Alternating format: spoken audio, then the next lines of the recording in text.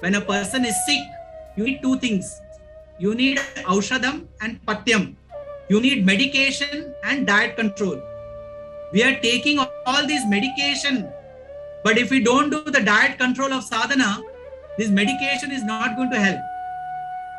If we are vomiting, we will have two requirements: have the anti-vomiting tablet and diet for a few days, so that the stomach gets accommodated with the change scenario, and the tablet kind of helps the vomiting sensation, the nausea to settle down.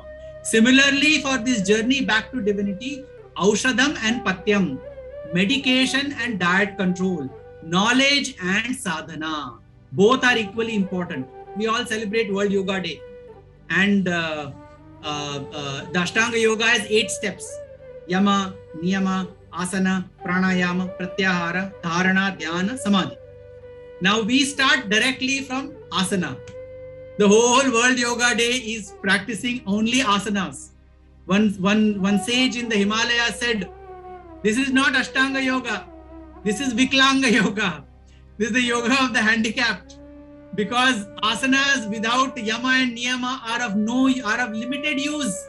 They will help in making this body strong, but this body itself is not reality. You have to give it up. Then you are spending your entire life to strengthen your body, but you are not doing the first 2 steps. This is Viklanga Yoga, handicapped yoga. This is not Ashtanga Yoga. So what is the solution for that? Yama and niyama.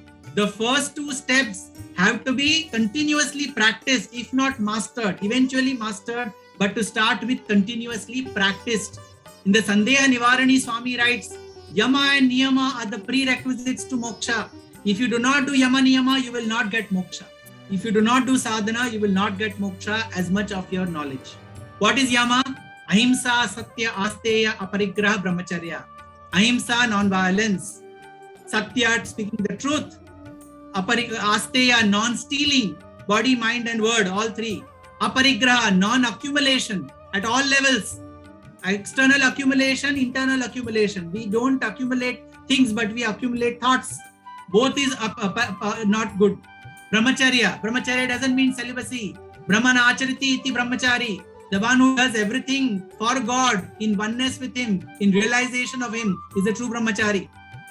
So that is the 5 steps of yama. Niyama, santosha, contentment. Biggest problem, we all want to become Mukesh Ambani and Bill Gates. There can be only one Mukesh Ambani, only one Bill Gates. But there can be millions of people who are the richest. Who is the richest man? Swami said, the one with less desires is the richest man. The one which much desires is the poorest man. So santosha, shaucha, external and internal purity, external purity of the house and internal purity. All the instruments that we use, are they taking in the right kind of content? This and the skin. We do upavasa, Agya Ekadashi, Guruvar, Navaratri, everything. But that's only one sense. This does not stop in Ekadashi. This does not stop in Ekadashi. This does not stop in Navaratri. This does not stop anytime. So true Shaucha is internal purity when all these are controlled. So Santosha, Shaucha, then Swadhyaya, self-study. If we want to fly the plane, we have to become a pilot, we have to study. If we want to become doctor, we have to do medical education. If we want to become a teacher, we have to do B.Ed. If we want to build a bridge, we have to do civil engineering. But I want to attain God and yet I will not get any knowledge connected with the path to God. It is His responsibility to give me moksha. I am doing a favor by asking for moksha. Where will He get a great devotee like me? This is our mindset. Swadhyaya is a must, niyama. We have to do self-study. In the Taittiriya Upanishad, in Shikshavalli, Swadhyaya na pramaditavyam, there is a whole paragraph which extols the virtues of Swadhyaya or self-study. So Swadhyaya will give this clarity. Then tapas, austerity. Austerity is not a fasting. Trikarna Shuddhi is the highest tapas. Unity and purity of thought, word and deed. And the last is Ishvara Pranidhana, surrender. So this is the yama and niyama. This is the sadhana. In Bhakti, this is Raja Yoga. In Bhakti Yoga, only one prerequisite, Ishvara Pranidhana, surrender. If we do that, everything else will happen. In Jnana Yoga, 4 prerequisites. Viveka, discrimination between the right and wrong, temporary and permanent, eternal and ephemeral. Vairagya, detachment. After you know what is permanent, after you know what is eternal, after you know what is right, stick only to that. That is Vairagya. Giving up the world is not Vairagya. Attaching yourself to God is Vairagya. Viveka, Vairagya. Shat Sampati. Shat Sampati is Shama, external control. Dhamma, internal control. Uparati. Rati is attraction to the world. Uparati is the opposite of that. Titiksha, forbearance. Shraddha, faith in the Lord and the scriptural message. Samadhana, one-pointed focus on the supreme goal. And that's the Shat Sampatti, 6. And last of the 4 is Mumukshatvam, intense yearning and desire. When all of this is practiced continuously, only then will we be able to merge.